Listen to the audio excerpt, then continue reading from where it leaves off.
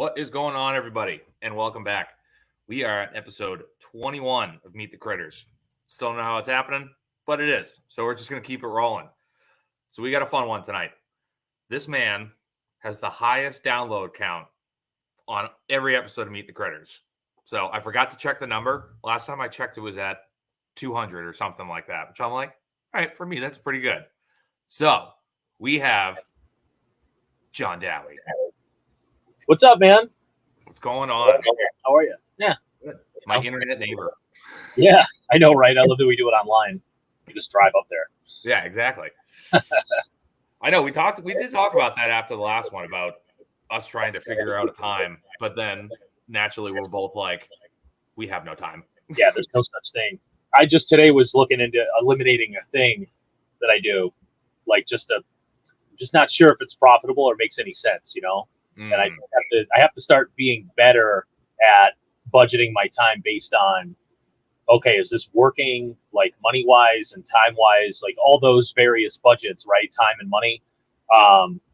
So I need to get better at it in general. I'm not good at it. Like I get emotionally attached to projects and revenue streams, even if they don't make sense anymore. I'm just still emotionally attached to it. Yeah. So this is my scrap wood thing that I was going to do. We talked in the last. I did make some notes. I did some self scouting. Oh my god! My god! Listen to the preparation for this podcast. It's amazing, and I do include me in that of like prep. Well, I keep going on people's shows. Well, sort of, not all. I did Tim the Toolman show a couple times. I've done your show now twice. And that's it. Anyway. But I go in 100% unprepared, and it's just being this crazy ADHD thing. Like just like throw up on the screen or through your podcast app, like kind of, just cluster of information that like doesn't really tie together. But I know we talked about biochar last time. Yes. And the whole thing with the biochar was maybe parlaying this scrap wood pickup thing into biochar making, and but the reality is I just like the biochar thing's something I want to do. There's a lot of things I want to do that I just don't have time for, and I haven't had time. Like we talked on June 14th or 18th or something. Yeah, something like that. So last week I set up a barrel. I made a barrel with a chimney stack, and I finally made an attempt at making a batch of biochar, and it did not work. So, and I kind of thought it wasn't going to work when I started. What happened was I have a 55 gallon and I have the 30 gallon. I got the retort thing going on, I guess. Yeah. Well, in theory, I'm trying to have the retort thing going on. And I put a chimney stack on it. My burn was good, but backing up, when I loaded it, my insert barrel, right, the 30 that goes inside, there's not enough room on the outside of that barrel to get enough feedstock down in there and get enough heat to make the biochar. So what I have is like halfway to biochar, which isn't bad. You can run it again, but I'm definitely not in a position where I'm going to be able to run this shit twice for one batch because I don't even have time to run it once, Right. The good news is I can walk away from it because it's the retort style and it's in a place where nothing will burn because it's in the duck area. So yeah, nothing will burn in there. Yeah, everywhere. So I don't know. I'm disappointed in it, but basically I'm coming up on the season where I'm going to maybe sell barrels full of this scrap wood for people's fireplaces and whatever for kindling. Perfect. But I look at my sales from last year. I made maybe like $1,000 selling that. Okay. Right. I have to go get this wood every single week, and it takes me at least 2 hours, or I pay a guy because I have a guy that can go get it, and so I'm paying him somewhere between like $30 and $50, right, every week. Well, if you start doing the math, so to do all that to make $1,000 is ridiculously stupid, Right. The other side of it is I like the wood. It's so dry, and I use it to heat my house all winter as well. For the most part, just all day long we burn it. Right. And I like that. I like it. Okay. But for the money and the time expense I just explained, I could just totally buy 4 quarts of wood. Exactly. See, I'm the same way. Like our scenario with that, where it's like, I love it and I want to do it because I'm emotionally attached to it, is beef, like raising cows. Oh yeah. Yeah. And it's like, it's so hard. You mind turning me down on yours a little bit because I got an echo coming back this way. Oh, do we? Yeah. Yeah, hang on. Man, I'm not gonna be able to hear anything. Yeah, no worries. How about now? Yeah, no, we're good now. Okay. Perfect. Do you still hear me? Yep, barely. I don't know what's up with my system today. We talked about this before we went live, but I'm having issues, so I'm going to be nasally because I don't have my audio adjustment to make it not sound nasally, which drives me crazy. But that's okay. Anyway, back to beef. No, it's like when I first started farming, it was beef. Like I jumped right in. Like, I mean, we started with chickens and stuff like that, but like large animals, I didn't start with pigs or sheep or anything. I was like, cool, let's fence in 6 acres right off the bat and start raising cows and see how this works. And we did. Like, it's not great. Like, there's a lot that goes into it, and I love every second of it, but I don't want to buy hay anymore. My fields are crap, like, to say the least. Like, they can get hay off them, but it's not a lot and it's not great. And I'm raising them out for 2 years. Like, that's what you got to do to raise beef in New Hampshire is we're raising that thing for 2 years. And that's a lot. If you're doing all grass fed, if that's what you're trying to do, right? That's buying a lot of hay. Which I am. You're not. I am a proud grain feeder. Oh, are you? Okay. Yeah. Which is fine. I prefer it. I know everybody gets really excited about grass fed. I get it. It's one of those things that I see both. And there's a drastic difference. And I get it. Yeah, there is. Especially through the winter. I always grain through the winter because I'm like, I want extra calories. Now, do you do both through the winter? Do you always offer hay anyway? Oh, of course. Yeah. I would usually run round bales. And so here's how much I don't know about cows. I know some stuff about cows, but I don't know. They have to have grass all the time, or whatever, that hay.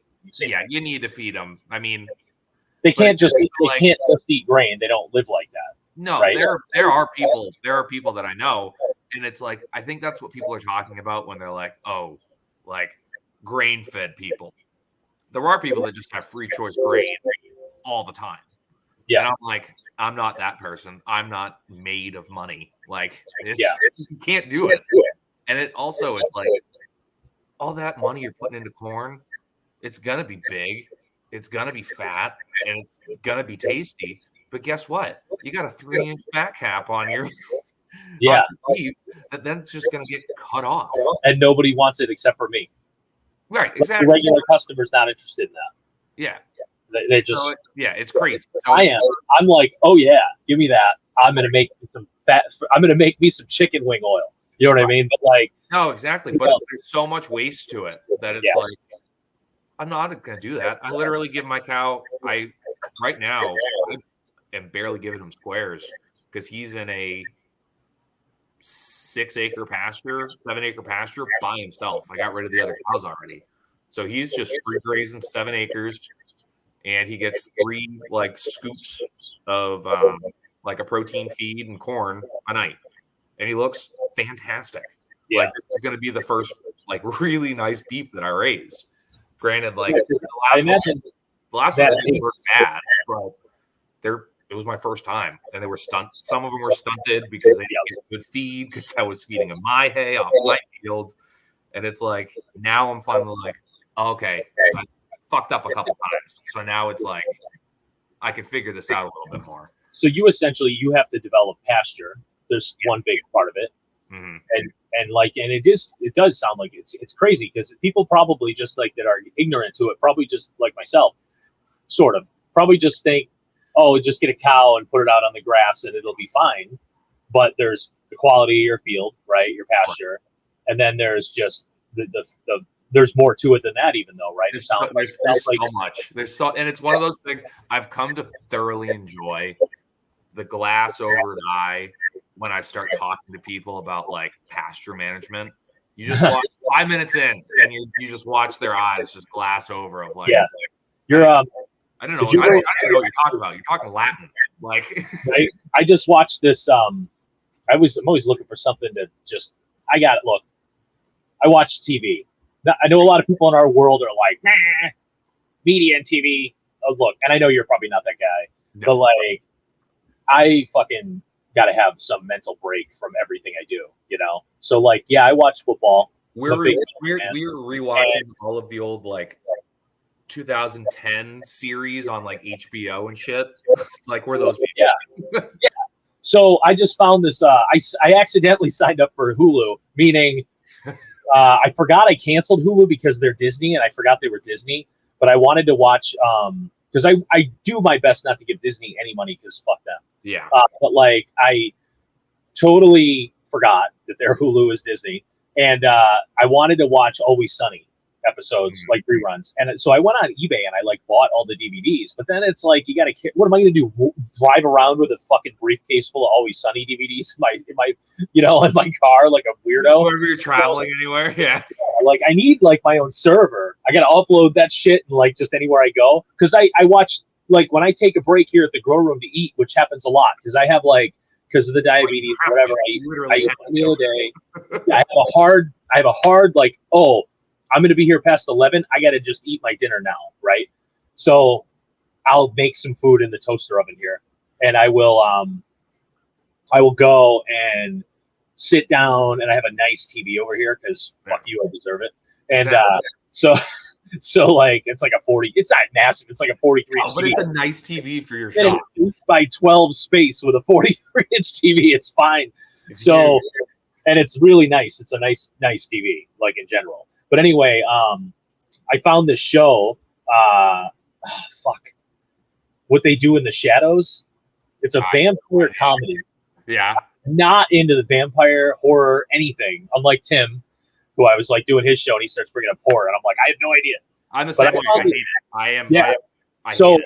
But if you like comedy, this is goddamn hilarious because it's about these three like inept vampires that came to Staten Island like 500 years ago to take over the new world, but they've only ever fucking stayed on Staten Island, which is a terrible place. Yeah, like, and it's wicked funny. And anyway, I don't remember the point. Oh, so I found that and I binge watched that, and whatever. Have you watched Shoresy yet? What is it? Shoresy. Oh yeah, loved it. Oh, that was the other thing I did. I caught up on all that. Yeah. Is the second season out, or is it still the first season? No, someone in the comments, Rachel, remind us of what the hell we were getting at. No, so Rachel did bring up that I love Bluey. Is that a TV show? Yeah, it's a kid's show. I fucking love Bluey. It's like this Australian show about this dog family, and it's fucking. Okay. I have never related more to a television show than the dad on Bluey. I'm gonna slowly, unrelated. Sorry, here's my ADHD. I'm slowly going to creep. I moved my mic away from the speaker. I'm going to slowly creep my volume up so I can hear you better. If it starts echoing again, let me know. Got it. All good. Bluey. Someone told me about Bluey. I haven't. I don't know. My kids. It's on Disney, so that's why you haven't seen it. Oh, I'll never see it. So it's huge. Like it's. I had a box at one point that could get anything. You know. Right. Yeah. It's nice. One of those things that literally Bluey is carrying Disney. Like Disney Plus. That is why people are Star Wars. Yeah, right. Star Wars, Bluey, and I'm pissed at Disney for making me pissed at them because I do want to watch Star Wars. Right. But I fucking won't give him my money. I do have a buddy though with a password, so when he comes over, we'll watch some stuff. But I haven't. There's like another season of Mandalorian or something I haven't seen, and like there was the one I don't know. Andor or something? No. Yeah, I'm not a Star Wars guy, so that whole side just. There's one that came out that we started watching. Yeah, we started watching. I thought it was fucking boring. Yeah. But anyway, I don't. What the hell did she figure out what the point was? No, I have no idea. Thanks a lot. You failed us. We're already here. We're already here. I knew this was going to go this way. It is what it is.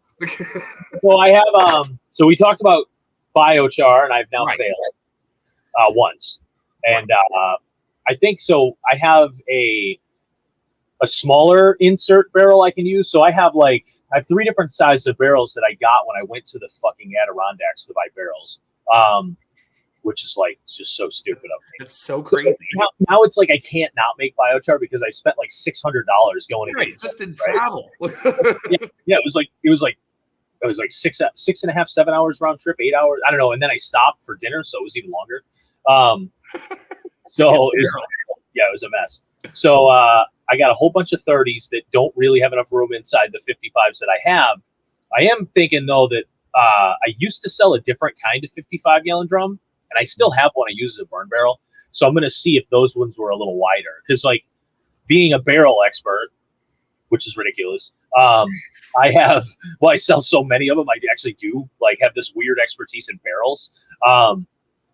Like, you'll have 5 different kinds of open head steel barrels, right? And you go to throw a lid on it, and it's like, oh, this lid's an inch too small, Right. And so there's like a 2-inch variance in circumference of open head drums, right? Right. So I'm like, oh, I need the biggest one, maybe, so I could get more fuel stock in around it. I think if I got more in around it, it worked, or it would have worked.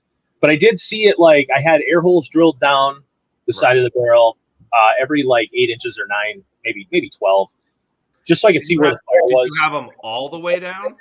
Yeah, I did, but they're not big, and they're. But I still think that's part of the problem, because you too don't have much. the reburn. You don't have Too the much reburn. air. Yeah. Yeah, it's possible. From everything I've been looking at, is you need just at the bottom. That's what really turns it into biochar, is the fact that it's like all of the gas is escaping out of the bottom of the container barrel and going up and around, but it's being stopped by the fire on the top. So then it's just reigniting and just making everything super burning to get the syngas. Right. So if you have ventilation holes all the way down, more than likely some of that is going out of it. Yeah, and you know what? I didn't. You're right. I probably fucked that up. I probably. So I'm gonna get a different, bigger barrel anyway. What I'll do is I just won't drill as many holes. You can always drill more holes. I have no idea what I'm talking about. I can't undrill the holes. Right. But I can drill more holes. Yeah. So I'll start with less holes. There's some. If no one knows what we're talking about, this is weird. But anyway. Right. So I failed. I thought about that. I thought about that being an issue with using a 55-gallon drum and like the 30. Yeah. We haven't run propane at our house since we've bought it. And we've told the company to come take them, and they won't. And I'm like, all right, cool. So we have one of the big cylinders, not like a massive one, but like. Yeah, they're 500 gallons or something. Yeah, that's what it is. It's like a 500-gallon. Or no, 250. Yeah, that's right. Because I have 250, 500 gallon. Yeah. Right. So we have 2 of those. So I'm like, they've been sitting empty since we've had them. They're not going to come and take them. They're not going to come get them, huh? No. Who is it? Rhymes. No shit. That's who I have now. Yeah, they were. Bend over. Yeah. No. No, I'm going to use them. Hey, if you own your own tanks, I mean. My plan is to do 2, but I want to try 1. And my buddy's a fabricator down the road. So we've already kind of chatted. I've like kind of piqued his interest because I asked him about it because he had one in his scrap pile. I was like, how much would it cost to have you cut the top off that? He's like, oh, no, I'm going to use that. I was like, oh, all right. He goes, why?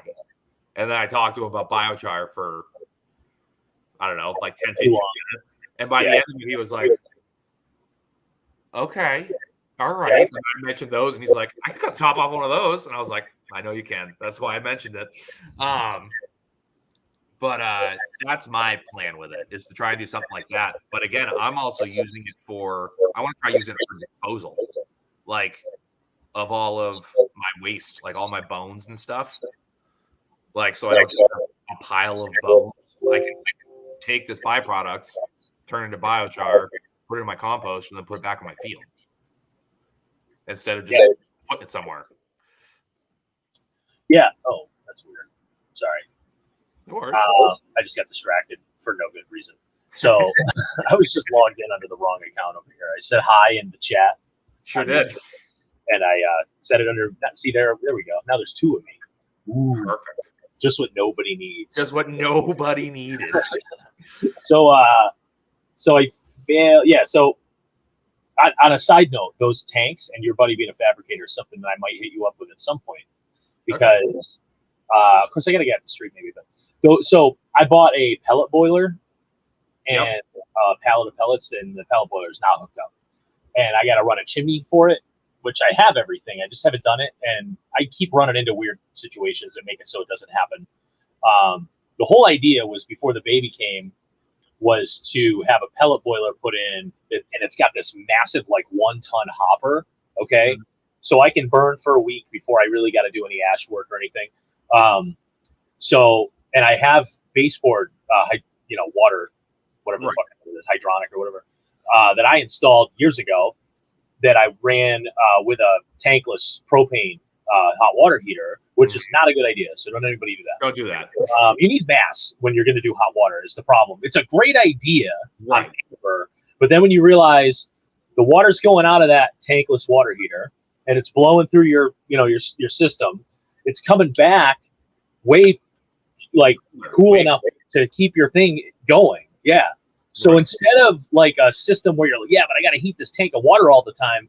Yeah, well, that fucker turns off when the water's hot enough in the tank, and it stays off for a while because the tank's insulated.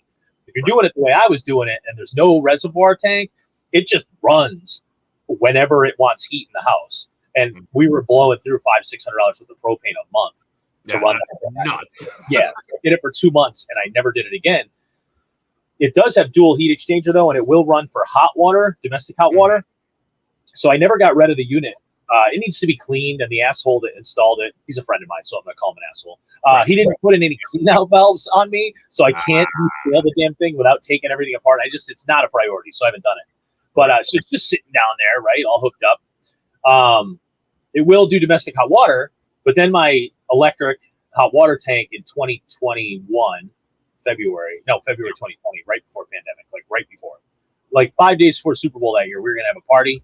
I had just finished a remodel of my house, and my shitty 40-gallon maybe electric hot water tank is in the closet in the living room, which when we bought the house, I was like, that's going back in the fucking basement someday. All of a sudden, I just finished a remodel. It took like months because I did everything myself, and I took my time because I don't want to screw it all up. Right. And I look over, there's a puddle of water coming from under this door. You got to be fucking kidding me. So I upgraded to this awesome, I think it's a GE or something. So if you have an electric hot water heater, I just did it. Electric water heater. You shouldn't say hot water heater because that makes no sense. Obviously, it's a fucking hot water heater. It's a water heater. It's not a hot water heater. There's no such thing as not hot water. I've never ever thought about that as that being weird at all. I try to make myself not say that because I bitch about sayings that people use that drive me crazy. But anyway, that's one of them, and I just did it. So I went to buy a water heater. There you go. And that does make sense once you say it that way. So they make these ones with a heat pump on the top. Okay. And Dad government will give you a whole bunch of money to buy that one. So like, it's like $600 off or some shit. So like sitting right next to the one, you're going to spend $600 or $800, right, on a water heater that's just regular. And right next to it is one that's $600 or $700 more that looks fancy or whatever, has this heat pump on the top that's going to sip electricity if you set it up right. Right. But the government gives you all the difference in the money between the two because the refund shit, you know, what's it called? Energy saver stuff. Right. In your taxes or whatever. There's an instant rebate, and then it just the program changes. So whatever. This is 3 years ago. But anyway, so I have no motivation to get this stupid propane one ever running again because I have this electric one that sips electricity. Like, why would I go nuts trying to fix this other one? So I have I'm actually going to remember where we were. This is amazing. All right. I have the whole system all set up. I just need to install this damn pellet boiler that's a monster, okay, and put a chimney in. And then I can heat with that and it'll be consistent heat was the whole idea. Because like, feeding a wood stove with a baby, especially when he's walking and he doesn't know that, and you got to keep away from the hot wood stove that's in the living room. It wasn't ideal. And we run electric space heaters in the other rooms, which kind of sucks too. Right. But that propane idea was like whole house heat. This will be great. Because like my house was so stupid that like there was no fucking heat in either bathroom. And there was no wood stove when I moved in. What's up? We have one circuit for our entire upstairs. Is it hot water? Or do you mean electric? No, electric. We have one circuit Yeah, I had that entire upstairs. Yep, we have an addition that's our bedroom, and like a mud room, I like to call it, and we have a pantry back there that I made because it used to just be a fucking staircase to the basement. Right. And there's a half bath, and it was one circuit, 20 amps, great, right? They didn't screw that up. What is this on my face? And it was one circuit, 20 amps, left the panel at 20 amps with 12 gauge wire, excellent. Went to the first outlet. He didn't pigtail any outlets. He went through the outlets, right? Whoever did it. Mm-hmm. So every watt that gets drawn down the line is going through each outlet. Like, so he went right to the screws with the main wire, right? And then out the other side. Whereas if you pigtailed, it still wouldn't be great, but like you'd have that, they'd be isolated. Not every single watt, I think, would go through. I could be wrong about that, but I'm assuming. Right. I know enough about electricity to get myself in trouble and do my own work. So right after the first outlet, everything switched to fucking 14 gauge wire. And I'm like, it's a 20 amp breaker. Like, what the hell? And then later on, it switched back to 12. And the only reason I know is because the first outlet caught fire. Right. I was sleeping. It's right outside our bedroom. I was like, and it's actually weird. I had been working on that baseboard system like 2 weeks before, and I was soldering in the house like an idiot because my garage was dirty. And that smell of soldering, you know, it's you smell that. Yeah. It kind of smells like burning electric, you know, because it's burning copper, right? And I was like, it smells like the soldering in here, but that was like 2 weeks ago. I'm like, maybe the smell's stuck in my nose or something, or maybe it's in my head, you know? And nope, the fucking outlet was on fire, and it hadn't tripped the breaker, and it was scary. It was close, very close to burning the whole house down. Because this genius ran one. Now, in his defense, he didn't think that a guy was going to run a farm out of this house and have like 5 fucking refrigerators and a space heater running on. Very true. Very true. You know, I always say, my wife would always give me shit. I used to do a lot of the taxidermy, like all that, and I would pressure wash everything off. And I'd go through a pressure washer a year, like close to. And they were like the nice pressure washers. But my wife would get pissed and just be like, you need to either buy a better one or like these ones are crap. I'm like, it's not that they're crap. I'm using this pressure washer 1,000 times more than it's really sold for. Because at this point, a pressure washer you buy from Lowe's for a reasonable price is not meant to last you a lifetime. You're not going to hand this down to your your kids. It's meant to wash your deck and your siding once every other year for 3 years. Once every other year for 3 years. That's it. And so I was using it twice. Right. And I was using it in the middle of winter. Like I was using it for everything, like multiple times a day. And that'll touch it if you don't if you get water in it, right? Yeah. And it stays in there. I learned all about this because I've done the game where I've tried to make one last a long time. I've actually done okay with this last one. Yeah. But I'm sorry, cut you off. Good. No. But I've had that happen. Now the one I have now, it's like it doesn't have the same control anymore. Yeah. So it's like the handle leaks, and then also like as soon as you turn it on, it's just spraying. It's not super pressurized, but there's just a stream always coming out. Yeah, I think that's every one of them after 2 weeks. Yeah, exactly. But I completely understand what you're saying, where it's like, yeah, he did a shit job, but also you went like, yeah, we're gonna go all out on this. Yeah, no one expected there to be that like. In that back area, so when we did meat ducks, we invested in a lot of like used chest freezers and stuff. And then when my fucking pancreas decided to not work anymore, I realized I need to have a lot of frozen freezer space because meat and vegetables, that's what I eat.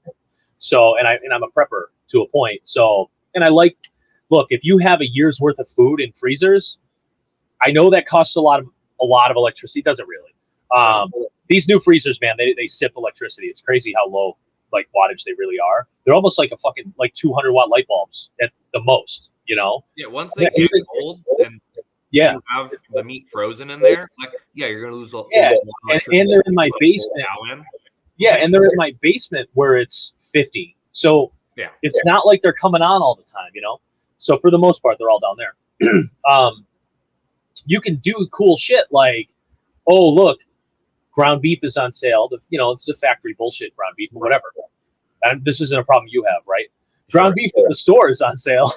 It's like, who am I talking to about this?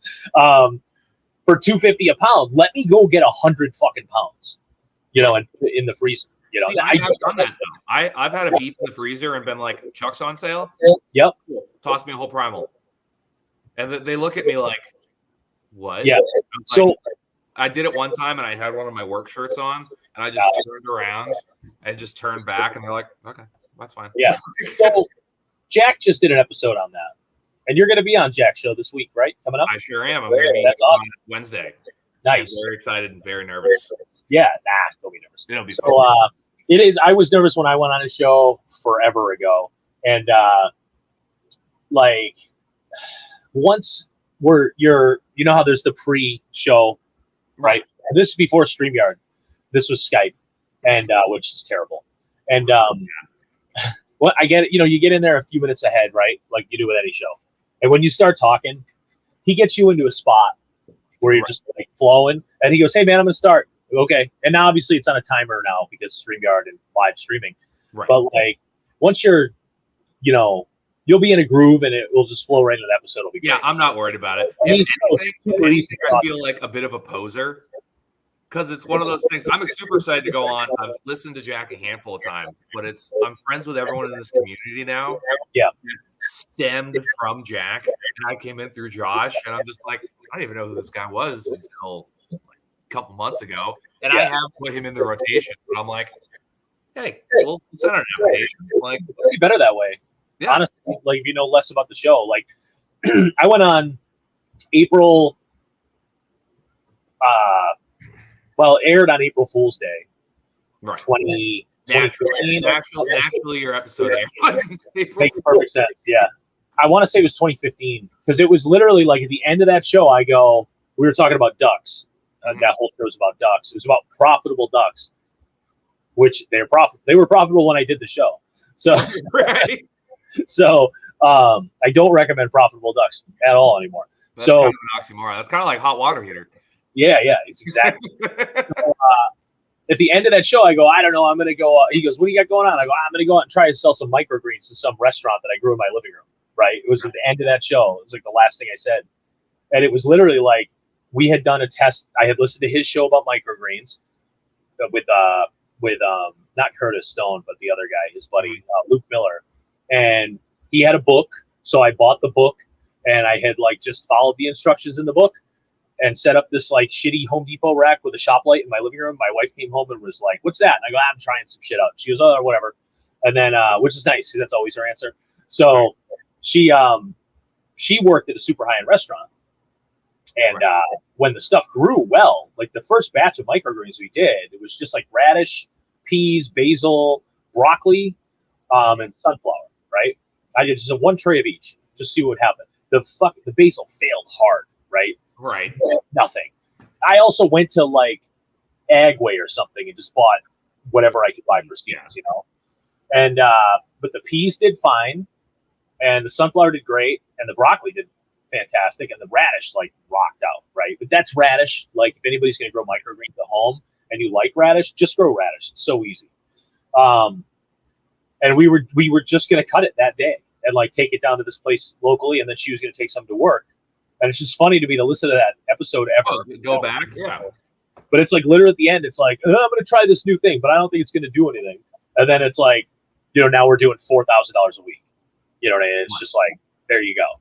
All right. So I'm going to wrangle in both of our ADHD for a moment. Explain microgreens. Just kind of we never have? Huh? Because we never did. Because we never have. You've done it twice. We're a half hour in. And like the thing that I do. Never talked about microgreens. Yeah, like the thing that I do, we just didn't really talk about. Yeah, we didn't talk about it. We had talked about in the last show. I know we talked about like the room and the capacity and like how many 100 hours a week kind of thing. So our business, microgreens are, this is always difficult to explain. They're not sprouts. We don't use the S word around here because they're different health regulations for sprouts than microgreens. The sprouts include a root, Microgreens are basically just like almost any vegetable or flower, a lot of herbs, flowers, grown to the first set of I'm going to use COTYLEDONS. That fucking word it means first true leaves, right? Cotyledons or something. Right. Nick Ferguson knows how to say this word. So you grow them basically to get the first true leaf. Okay, I could just go grab a couple and show you. No, but anyway, so they're like that would have been great if we prepped that and you just went anyway and just a tray rose up from the bottom of the camera. So you get the first set of true leaves, right? And you want the green to be no higher than like, really, depending on the crop. Like peas, you're going to get to about 4 inches or so. Like a lot of times, some chefs like them like 2 inches though. Like you're growing broccoli, let's say, you don't want that to be more than a couple inches tall with the 2 leaves, right? And it's not the true leaf. That's a whole different level, right? Which we do that too, because some chefs like the true leaf too. So like with cilantro, that comes up, it gets those first 2 cotyledons or whatever that word is, and then a little stem shoots out the middle and it gets a true leaf, okay? And once it gets that 1 true leaf, cut it, good to go. And chefs like love it because it's got that 1 little cilantro leaf and 2 little leaves and whatever. It's so fucking tedious. Anyway, so so a microgreen is a seed grown to that stage. You're planting on 10-20 flats, okay, which is 10 inch by 20 inch, greenhouse trays. We plant on specialty ones that are only about 1 inch deep, so you don't use a lot of soil. Because you don't need to, really. No, because they're growing so fast. Right. So like you're planting, anywhere from 0.3 ounce of seeds, which I don't do grams. A lot of guys do grams. I fucking hate it. That's a long story about working at restaurants. Up to like right. Yeah. The restaurant I worked for where inventory was every week, and half the shit you had to enter in grams and kilograms, and the other half the shit was normal fucking ounces and pounds. And you just had to remember what was what. And when I started doing this, someone's like, "Oh, how many grams of seed do you use?" And I was like, "I use 0.3 ounce." They're like, "How many grams is that?" And I go, "I don't give a fuck how many grams it is because I hate that." Because I've been really different mental image every time you say grams, and I'm like, "Oh yeah." Right? Which is funny because I'm 44, and I probably seem like it. I've never done a drug in my life. Yeah. Neither have I. I just remember this, but I just remember this goes live on Facebook too. Yeah. Neither have I. No, I'm serious. No. So I never even smoked the joint, So like, I also know how my personality is, and I would just do it all the time if I ever did it. So all right. So we plant in these like shallow trays, and then they germinate fast. It's like basically 3-ish days. Like cilantro takes 6 to 7. Basil takes like 5. Everything else is like 3-ish days. Mm-hmm. And then you uncover it. You have to plant it with weight and stuff. You can look all this up. I have a lot of this on my YouTube channel, which is just Dowie Farm. Which is in the description under this video. Yeah. I can go watch some videos. I swear someday I'm going to start doing more stuff. So I've been kicking myself lately. So, then you grow it, and really they only take from sowing to harvest. The longest crop we grow is like 30-ish days, 35. Right. That's red vein sorrel. Takes a little longer to develop all the color and whatnot. Cilantro we're doing in about 17 days.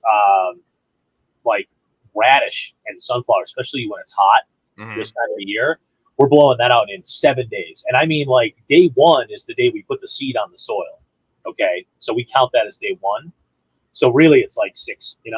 Like right. I always plant 3 in the morning or some shit, and then I count that as day 1. But I'm labeling it like, so today's the 9th. Right. I go over there and plant later tonight when it's after midnight. I'll label it for the 9th, and that's day 1. So whatever, it's really probably 6.5, 7 days. Right. There's a shit. By the way, I also just want to say, you said this time of year. Is there anyone who's not in New Hampshire right now? Oh, right. It's September, and I'm talking about it being hot. Right. It is 95. It was 95 degrees today. I was at Storyland, which is an amusement park in northern New Hampshire, which is hell.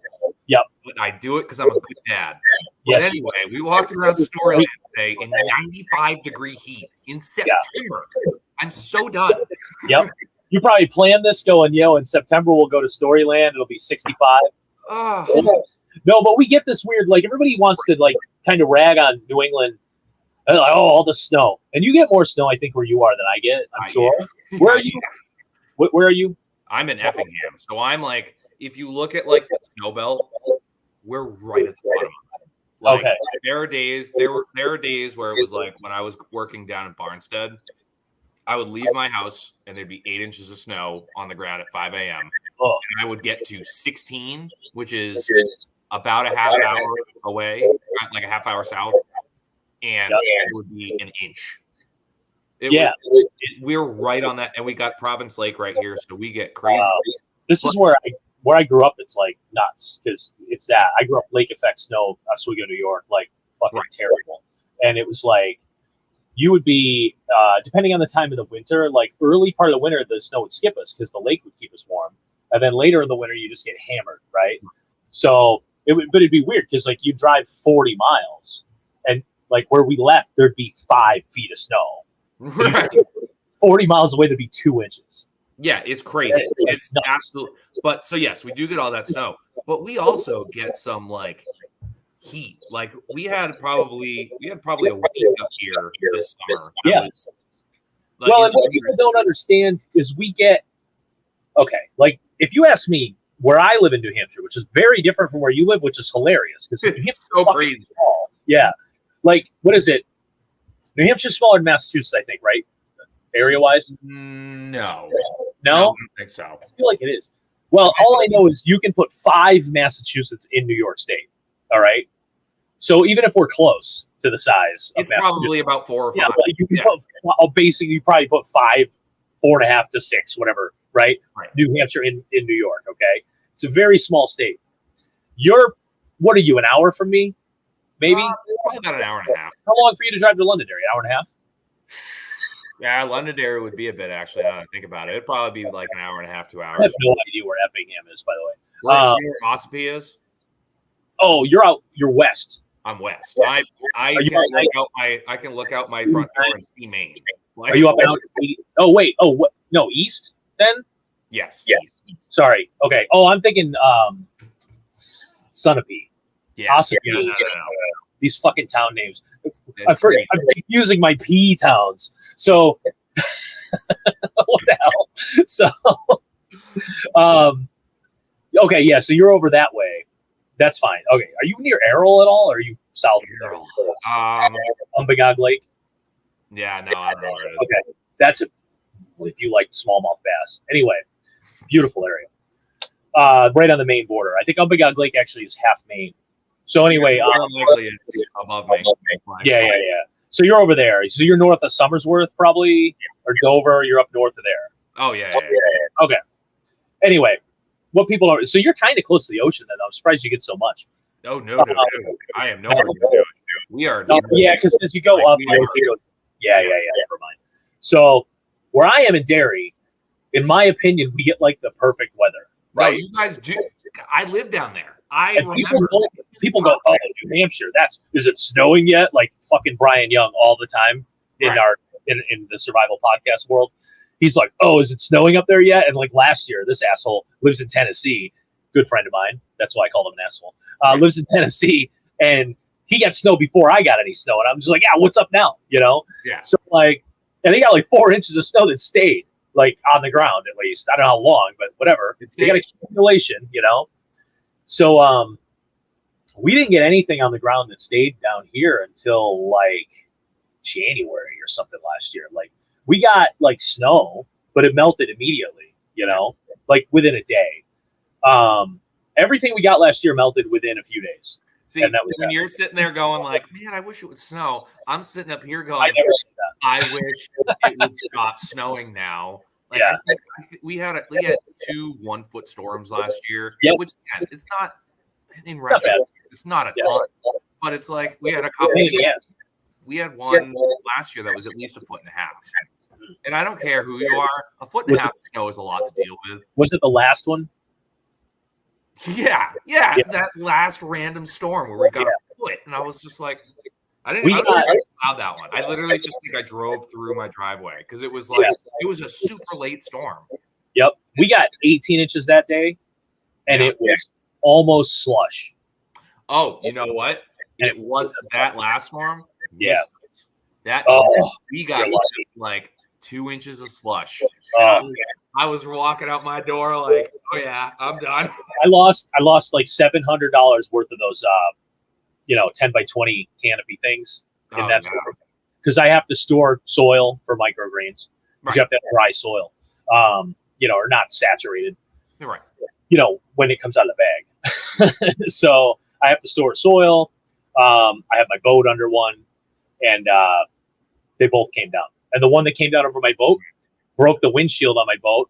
And it's a 1958 Starcraft, so I'm sure there's just windshields kicking around all over the place. Yeah, they're just out there. You can probably just green corner. Napa, honestly. Like, yeah, no, New Hampshire is there's a place in Florida that'll make my boat windshield for $800. You're kidding. Yeah. It's not terrible though. I mean, it could be worse. Not awful. For what you're talking about, that's not bad. It's a boat. I mean, everything costs money. Yeah. So anyway, it does kind of go back to, it's like I always say, New Hampshire is one of the most interesting places to do anything agriculturally. Yeah. It's gonna you're gonna get kicked in the nuts at least once doing this. Yeah. Well, this year we were talking in June about compartmentalizing my property and different areas for growing and whatnot. And I remember I was talking about tomato land, right? Mm-hmm. Tomato land produced like 9 fucking tomatoes this year. Okay, that's it. I put 50 plants in there.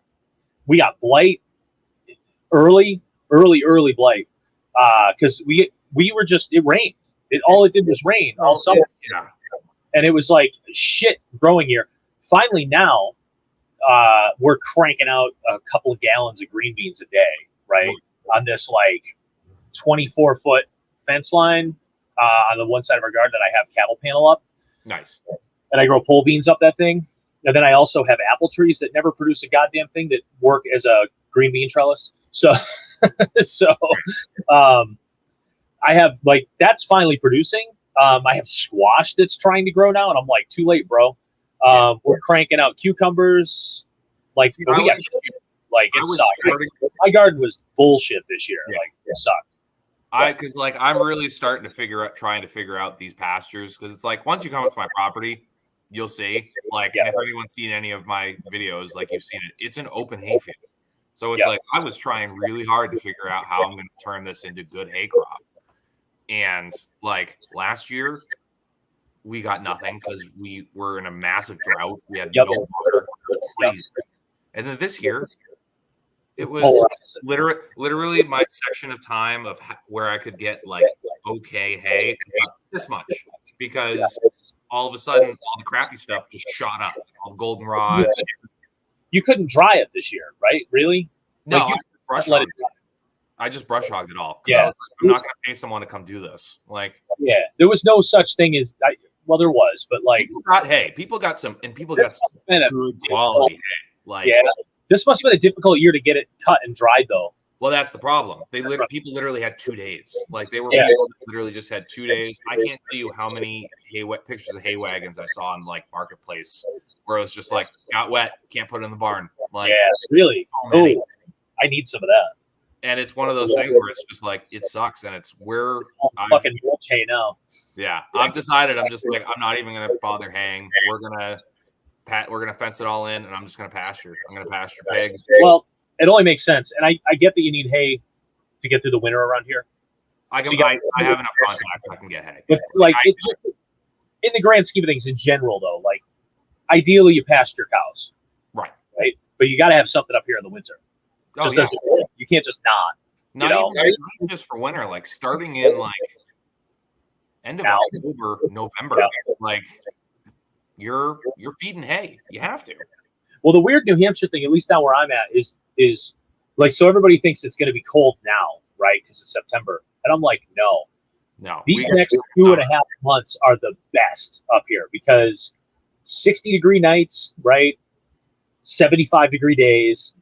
The days do get shorter, but people don't realize, like, right now is like a boom of growth right before it dies. It's really interesting. Like, that's why my green beans, like, I didn't get a fucking green bean. We planted those early, okay? Right. Put those seeds in the ground, and they came up pretty quick in May, all right? Like, just after that weird late frost we got. Right. So, which is why I have no fruit on any trees, by the way, this year, which is going to be real ugly for a lot of the wildlife. Like deer population, I think could really suffer this year because there was like no apples because the frost wiped all that out. But like, we planted those green beans early, and just because of the weird cloud cover, I think, and like the water, we had nothing. I didn't even have a blossom on those things till like 3 weeks ago, and then just all of a sudden they just exploded. And that's what happens this time of year on here. Like if my tomatoes hadn't gotten fucked up from blight, they'd be just crushing tomatoes right now. Everything else is kicking though. It's kind of wild, and we'll get that until our first frost, basically. Yeah, exactly. Right before some of your heat sensitive shit like peppers, tomatoes will start to look a little sad. Like a week out, like mid October though. Right. And like I don't know, Southern New Hampshire is a great place to grow shit. Like it sure is. I mean, where I grew up, the soil is far superior to here.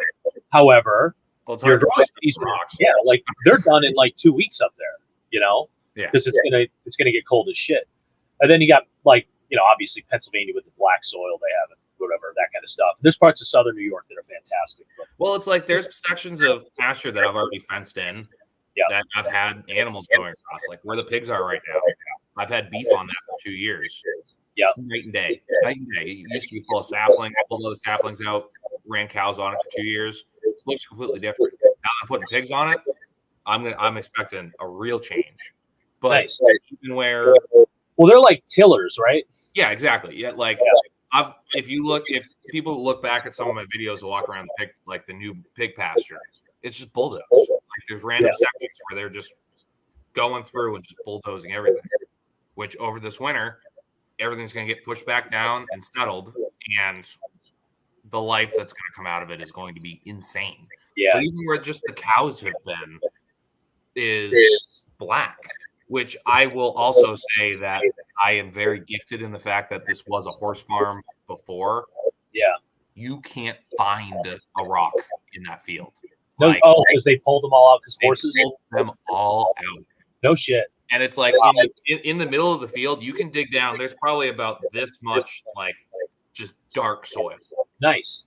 But there's also an insane amount of sand. Like that's the horses. That's the trade-off. Yeah. Literally, if you dig a post hole here, you got that much dirt, sand. It's really all sand. It's cool. Is that's just your geography? That's just my geography, and it's everybody. People around me too. That must have once upon a time been beachfront. Yeah. Or a lake. Yeah. So you can't dig and find sand where I live. No. You got rock, but it's also you go. We hit glacial rock and it's rocks, nothing but rocks. So it's I don't know. Yeah. We got a ton of rocks. But around here, this area though, it's glacial rock hell. It's like all over. But we get clay. Yeah. We don't have that. A foot down. No. But I get 2 feet because I've been building the soil for 10 years. Exactly. There you go. Well, but 15 minutes in, and we accomplished nothing. We talked briefly about microgreens. I'm getting back. You want to do 10 minutes on quail or something? Or do you got to get out? No, we can go 10 minutes on quail. So I'm getting back into quail. You are? Right. Yeah, I've been getting a call, at least one, probably more like 3, 4 though, every single week about quail, eggs, and birds. Yeah. And I'm just like, it's my website just generating calls on quail. And I'm like, I took everything down. Like, I don't know why I'm getting calls still. Right. But I just said, fuck it. And I went. So my Shire, great place to order your quail eggs from.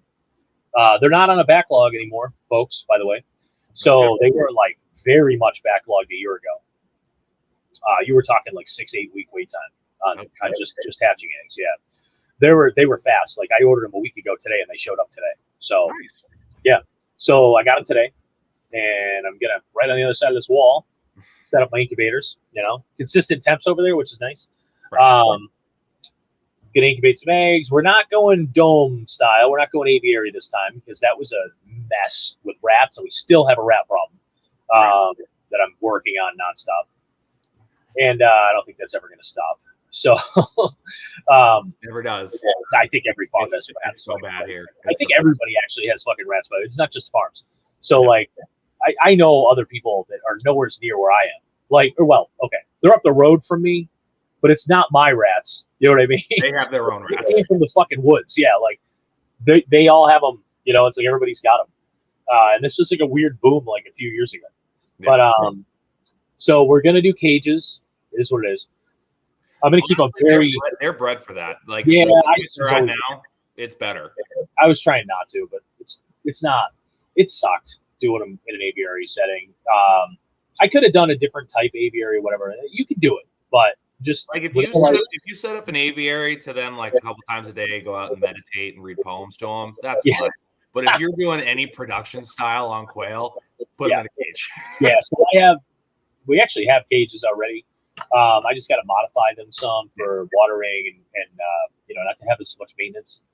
But they're going to go in the aviary that we had, just in cages, and then I'm going to look into like doing something below them to make it less manure maintenance, because I'm not interested in adding this massive amount of maintenance to my life. I don't have time for it. Well, if you did like a deep litter kind of setup, yeah, that's what I'm thinking. If you built boxes underneath, like plywood or something, that you could take the front off. You did them like foot deep, and then every day when you go out and feed, just toss shavings down. Yeah, this is in like a dome, and it's just on the ground. So I don't even need to build boxes. I just fucking put a bunch of litter underneath it, right? Yeah.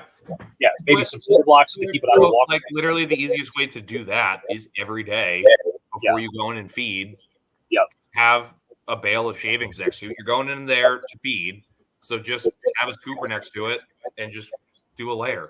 Yeah. That's it.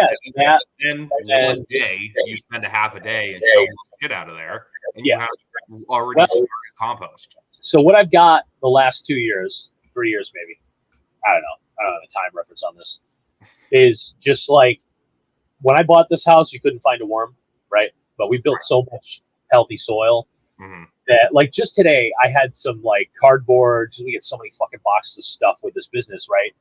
And I throw it over the fence because it's going to make it out back to get burnt, right? And I throw it over the fence, and I don't always get right over there to get it. So it's been like 4 or 5 days, and I go over and I picked up this piece of cardboard, and there's just fucking night crawlers. It's just 100 of them, right?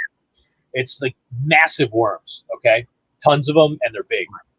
So I'm like, I'm going to just start, taking a scoop of these worms, or 10 or 50. I'm going to put them in a wheelbarrow, and I'm going to start that deep litter with a base of wormy soil, right? Yeah, and then I'm going to just try to get a pseudo bootleggy vermicomposty thing going on in there. Right. I'm also on a lake where people love to fish, and on a river right on my west property line's a river. So what you're saying is you're starting a quail/worm farm. I'm starting a worm farm. Yeah. You need to like take sit. Like you need to sit longer than you're sitting now. Like you need to just maybe like chill out.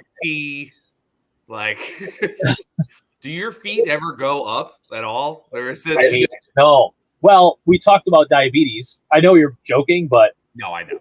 Like I can't not, because my blood sugar just goes fucking nuts if I relax. Like people always say, "Oh, you need to take a day off and just put your feet up and watch TV." I'm like, yeah, if I want to run the whole day at a 200 fucking blood sugar and hate life, I'll do that, But it's like I got to get up and go and be productive.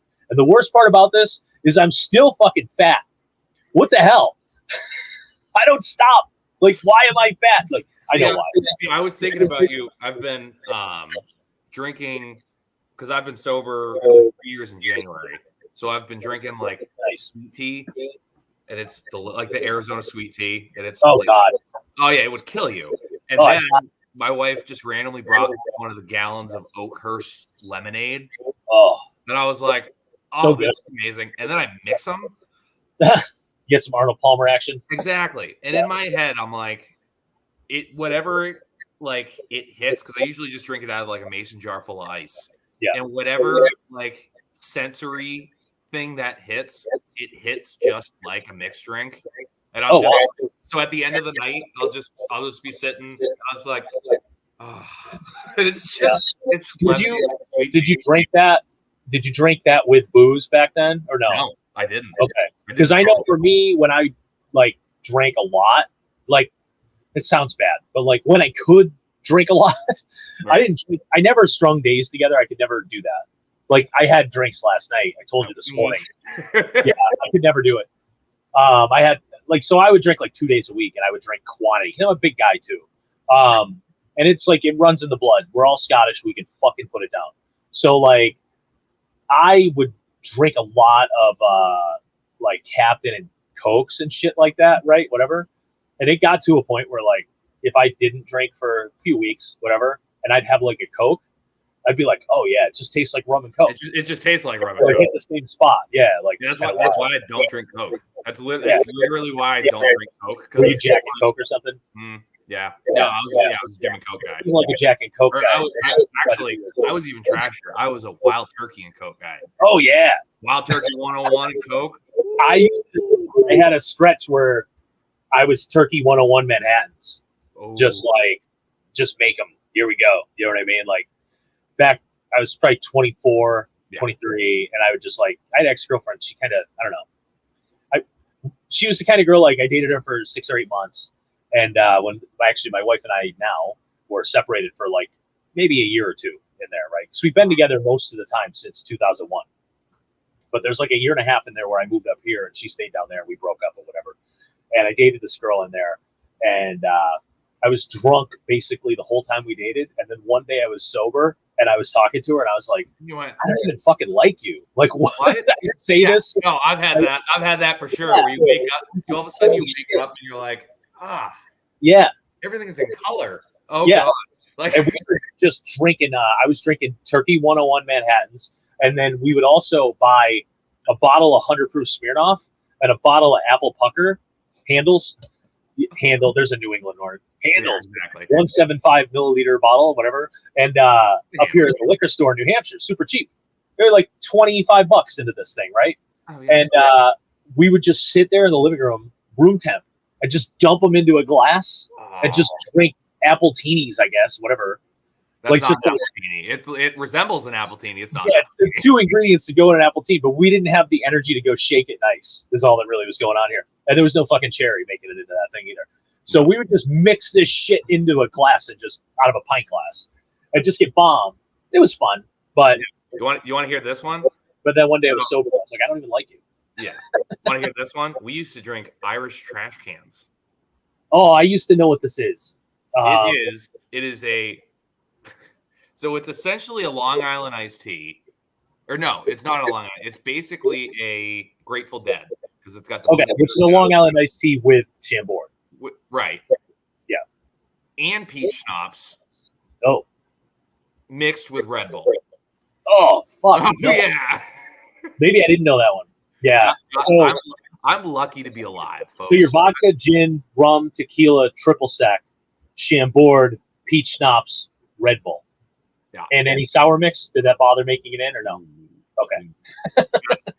That's gross. It was a lot. Great. Then we turned the game upside down and we started doing the tropical Red Bull. That's when Red Bull came out. Yep. That's good. In there too. I noticed myself scouting in the last show that I started. Someone brought up Jaeger bombs, and I said, "I'm going to tell you how to make a Jaeger bomb," and I never did. So we can end on this. Okay, please. Wait, hold on. Do your plugs. Anything you want to promote? Anything you want to plug? All right. Well, let me plug real quick because we are going to end on this story. So, again, if you're watching the channel and you're not subscribed, please subscribe to the channel. We've got some cool videos coming out. We just put out a black bear video. I should be having some more bears come in, so we're going to do some more in-depth breakdown videos on that. We've had a couple small ones, so I did a keep out video that I put up today. And then I will be on Two Man Tim show tomorrow. We are doing a content creator roundtable with Brian Alexovich from the Lost Project and Nicole Sauce from Living Free, Tennessee. And then on Wednesday, I will be on the Survival Podcast with Jack Spear Cup. So I'm pretty excited about that one. That is going to be one I don't know if it's live or if it's pre-recorded. It is live. Yeah, 12 p.m. He's 1 at Eastern Standard Time. Yeah, he's 2 Central or something. Noon. 1 here. No, he's noon Central. I don't know. So it's 1 here. It's time zones. So, what a pain in the ass. Yeah. Other than that, it's pretty much. So that'll be. It'll be fun. It'll be a good time. Other than that, it's back with 603 on everything. Instagram, TikTok. I've been hitting TikTok pretty hard. Oh, okay. Yeah. I'm too old. Yeah, it's been interesting. So yeah, I gotta fucking, if I get the content thing going again, I guess I gotta do all that. You gotta. It sucks. But again, I have no. We're gonna talk about this tomorrow on the show, but I have no barometer for my success. And then everyone comes around to me and they're like, "You're doing a really good job, and you're getting followers." I'm like, "Okay." Like my YouTube's got 5,600 people or something, right? Yeah. And I was doing well with that, and then I tried to make a Facebook group, and I was I hate social media. We never really even did social media for the farm. Like, we did a little bit. We got a couple of restaurants out of it, but really, like, we were bad at it, and we probably should be better at it, but we're bad at it. Ultimate Jaeger Bomb. Oh, you can go to my YouTube channel at Dowie Farm. There you go. Everybody knows that, though. Ultimate Jaeger Bomb. Hold on. Irish car bomb. Yeah, car bombs are good. They were so good. They were my favorite. They were my favorite for sure. You could do a flaming Dr. Pepper shot. You ever did that? So flaming Dr. Pepper is a beer, a light, regular. I'm going to say light beer, but I mean it in the classic sense, right? Meaning like a see-through beer. Okay, right. A lager, and half full, and then a shot glass with amaretto and a float of 151 that you light on fire and drop it in the beer and chug, and it tastes like Dr. Pepper. It's amazing. So there's that. And then, what was I? Oh, yeah. So the ultimate Jaeger bomb. Like, I'm telling the guy that's not drinking a year. So, right. It's a lot of sense. No, I'm sitting here going, yeah. So it was, it will fucking kill you now, but like, there was an orange monster for a while, and it's not the same orange monster. Oh, the slice one, the juice one? Yes. Oh. If you drop Jaeger into that thing, it tastes like Tang. Ah, that hurts my it's soul. Wild, and it's so good. That hurts me that I never thought about that. Yeah, I should have told you. So that. But anyway, all I had last night was Chick Ultras and Zambuca. So all I can drink is Mick Ultra. Zambuca takes 6 units insulin. But anyway, I know these stupid things. And yeah, Wingtober's coming up. Rachel brought up Wingtober, folks. Oh boy, I make no money on Wingtober. I should figure out how to. But fucking Applebee's patented Wingtober already or something. I tried to patent Wingtober a year ago, and we have there's a lawyer in the community here that does patent law. And this is what you get to when you go to Jack's workshops. This is the kind of stuff connections you make. Right? Yeah, good dude, brings really good wines. I don't really drink wine, but I've tasted a few of these. They're actually decent. Right. To the workshop. Anyway, he's from Long Island. So this guy kind of did a little legwork for me on pro bono and was like, Applebee's has been using it for a long time, so they're probably gonna have claim to it, and they have a lot more fucking lawyers and money than you. Right. And I went, you know what pisses me off the most about that is I worked for that fucking company for 6 years. It gave them my soul and my youth. They stole everything. Yeah. So, but Wingtober's coming up. Do you want me to talk about Wingtober? Go for it. You need to go, or was I told you I had to go? Huh? No. We're good. Okay. We're good. I know before the show, I was like, I gotta not go long tonight. What I meant was like I can't go 2 hours. No, I get it. Yeah.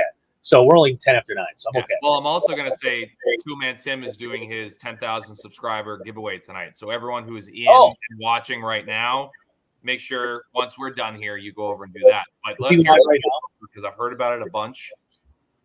Is he live right now? Huh? Is he live right now? I think so, probably. Oh, that is what it is. I should tap into a show right after and just be like, "What's up?" No. So anyway, I paused my stream for this. I don't remember what I was just gonna say. Wingtober.